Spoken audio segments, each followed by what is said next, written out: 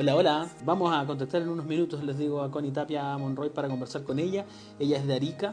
Nos va a hablar de su trabajo como escritor independiente, sobre todo en el contexto actual, pensando sobre todo en ser un escritor independiente, un editorial independiente. ¿Qué se hace en este contexto actual?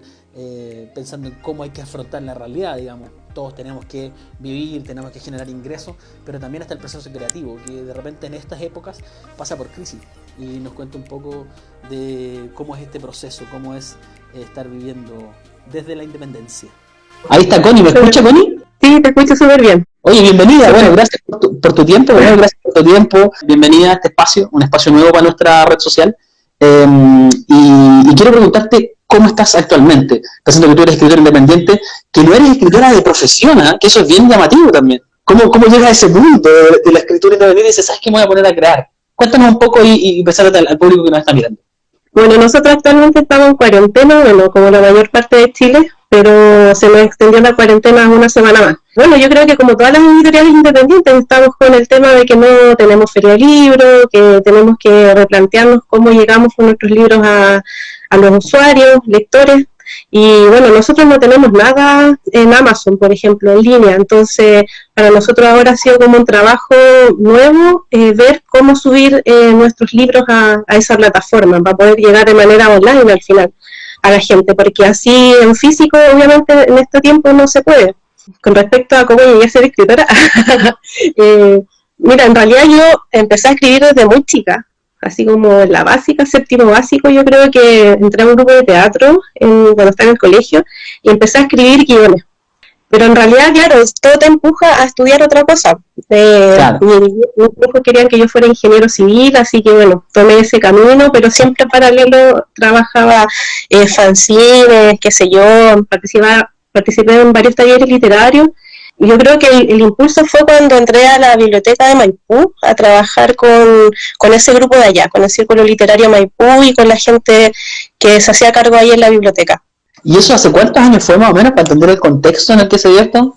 Mira, yo creo que en el 2008, recién, así como me metí bien en la biblioteca. Y bueno, ahí conocí a la Lorena Díaz Mesa, que ella es editora de Editorial Cherazade. Y en algún momento ella me dijo así como, oye, ¿por qué no te lanzáis tú con tu propia editorial? Así como, ¿qué estáis esperando? Claro, porque el nicho de Lorena era microcuentos y lo mío siempre fue terror y ciencia ficción, entonces fue así como, oh, sí, puede ser, pero eso estoy hablando del año 2009, 2010, y yo recién en el 2015 nos lanzamos con la editorial. Y fue justamente también relacionado como con un trabajo, mira, aquí está el libro, con que ella me invitó a participar en el primer encuentro trinacional de microficcionistas entre Chile, Argentina y Perú. Entonces yo ahí conocí a varios chicos que escribían y los contacté y armamos este primer libro que es una antología de microficción, pero en torno a las perversiones literarias. Ah, ya, algo bien particular igual, no era como algo un poco a la rápida, fue bien específico ese trabajo. Sí, fue un trabajo porque fue un carrusel literario donde nosotros subíamos un microcuento y después tenían que responder sobre ese, después sobre ese, y así, hasta que armamos esta compilación. Y al principio también fue como buscar quién publicara este libro, y nadie lo quería publicar. Entonces ahí fue cuando empezaron con las ideas, oye, pero ¿y tu propia editorial? ¿Y tu propia editorial? Y ahí nosotros, bueno, sacamos 14 ediciones, pero este primer libro lo sacamos con Sinosargo, acá en Arica, que nos ayudaron a imprimir en Perú. Y la editorial parte 2015 y ya estamos en 2020. ¿Cómo ha sido este proceso de 5 años pensando qué es lo que nosotros siempre nos queremos interesar y le preguntamos a todos los entrevistados que tenemos en la de Sin Cesar? ¿En qué minuto nos dicen, sabéis que esta cosa es complicada? Estamos siendo de verdad los outsiders, por decirlo de cierta forma, como los que están fuera de toda regla y están haciendo que esta cosa funcione, pero esta cosa tiene que tener tiraje económico, tiene que tener tiraje publicitario, tiene que tener un espacio que lamentablemente, como nosotros lo vemos constantemente en nuestras entrevistas, en nuestros entrevistados, no existe en nuestro país. ¿Cómo lo han vivido ustedes? O sea, claro, nosotros los primeros libros fueron totalmente autofinanciados. Nosotros poníamos las lucas para poder imprimir, pero primero en 2015 sacamos un libro, después 2016 un libro más, después 2017 uno más, y bueno, yo el 2017 me radiqué ya completamente en Arica porque yo soy de Santiago. Y ahí Ya. ya en 2017 partí así ya full y me empecé a meter como en las redes que hay acá en Arica, postulé a fondos y qué sé yo, y yo creo que este año 2020 era como el primer año que ya teníamos más fondos del libro como para poder sustentar clubes de lectura, talleres y libros también. Pero ha sido todo un proceso, o sea, no es de un día para otro y además tampoco se logra vivir de una editorial independiente. Claro, tienen que tener, me imagino yo, como le pasa a la mayoría de los que hacemos trabajo independiente, tienen que tener varios lugares de donde buscar como los recursos, ¿no? Sí, po, y la literatura de ciencia ficción y terror además también, por lo menos en el norte de Chile, nosotros vendríamos siendo como la editorial que es así de nicho. En Santiago se pueden encontrar más, o hacia el sur también se pueden encontrar otras editoriales, pero de nicho solamente estamos nosotros acá en el norte.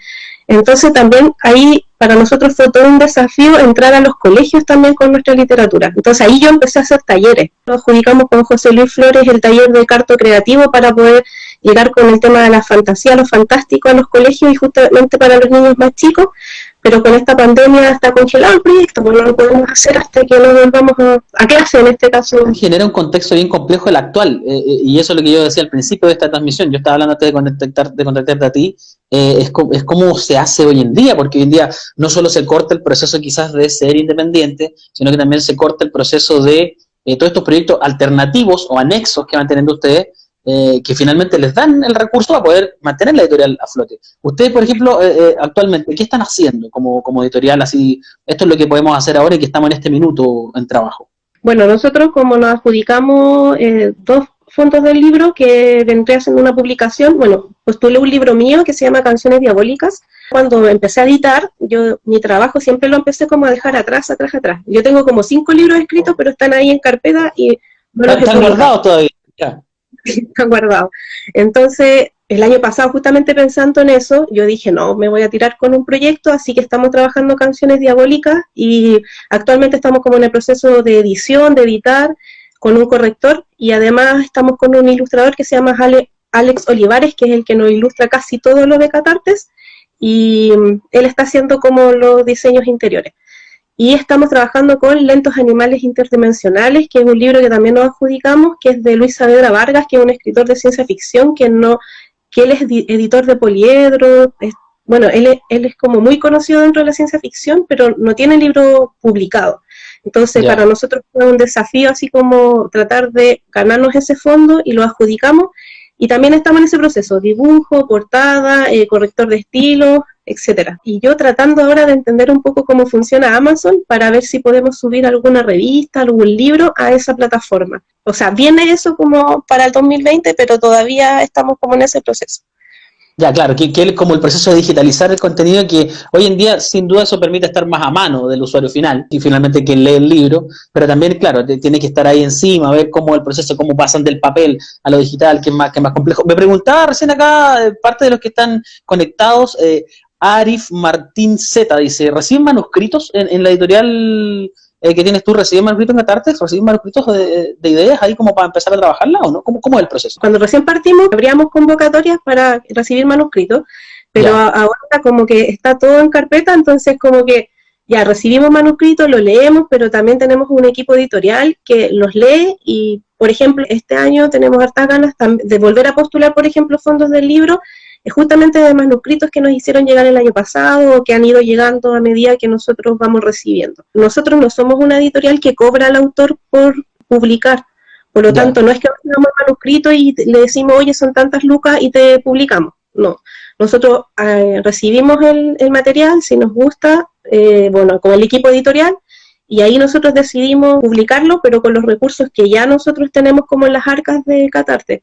Entonces se le paga al escritor con el 10%, normalmente nosotros pagamos con los libros porque los recursos no están, pues al menos que se produzca una venta grande. Oye, también, buen punto ese, sobre todo te lo digo yo que, claro, que yo también he estado en el mundo editorial de cierta manera, de manera independiente, y he tenido que financiarlo así de mi bolsillo y vamos dándole que la cosa funcione. Pero está bueno para los interesados igual, que saben que pueden llegar a Catartes y que efectivamente no va a haber un cobro por medio, eso sin duda es positivo. Te quiero preguntar lo que dice Marcela Villanueva Artigas, dice, ¿cómo hacerlo más cercano a los CRA de colegios? Particularmente yo creo que se refiere obviamente a este tema de este tipo de literatura, que como dices tú, tiene un público, que nosotros lo vimos en la tercera temporada de Sin Cesar con Michael Rivera, que es un público de nicho, que es un público muy acérrimo y defensor de su lectura, de su espacio, pero también es un público que de repente, al no ser tan masivo, no tiene llegada en el ambiente escolar o en lugares más masivos, más populares, digamos así.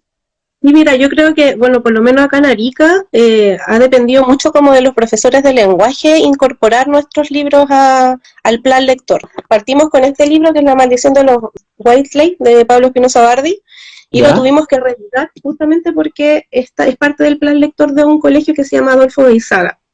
¿Ya? Entonces, este libro también lo trabajamos en Secrea con chicos de entre los 11 y los 19 años, y también se hizo como una experiencia en torno a la literatura de terror ahí.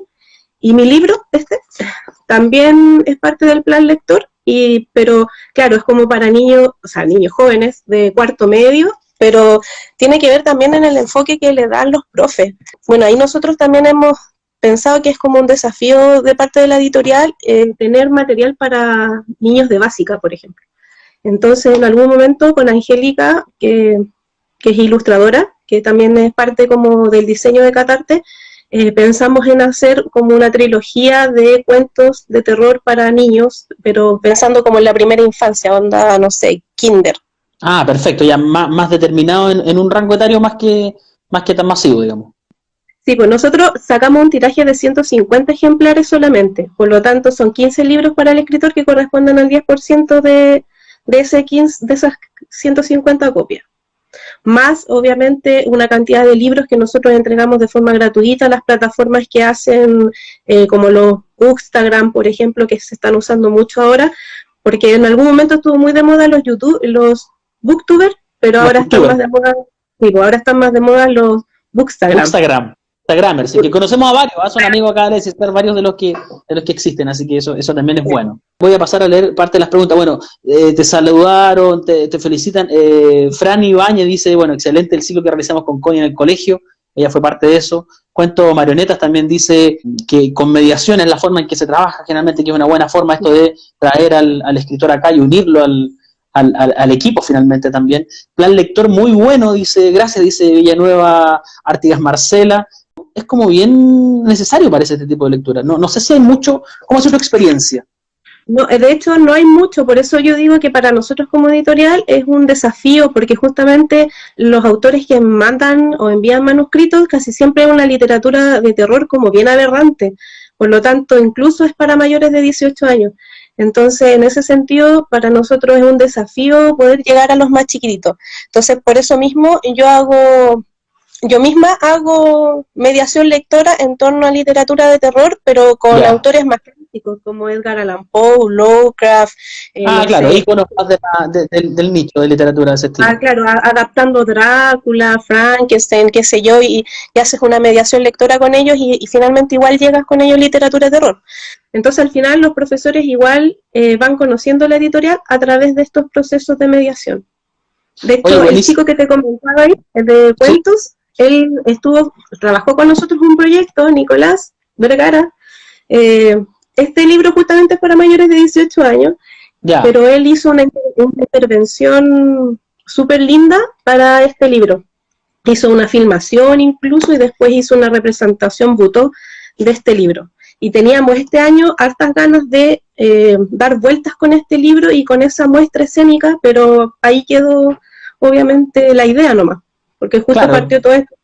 El contexto mundial que nos pone a todos así, a estar desde la casa con distancia, pero manteniendo por lo menos las ganas de seguir adelante. Me gustaría que le recordara a quienes están conectados, después de este video va a quedar disponible ahí en nuestras redes, ¿dónde los pueden contactar ustedes como editorial? ¿Dónde se pueden contactar contigo directamente para que te conozcan más? Tu cuenta de Instagram está ahí, pero seguramente también decirlo suma mucho, así que aprovecha estos minutos para que ahí la gente se interese y los busque a ustedes también.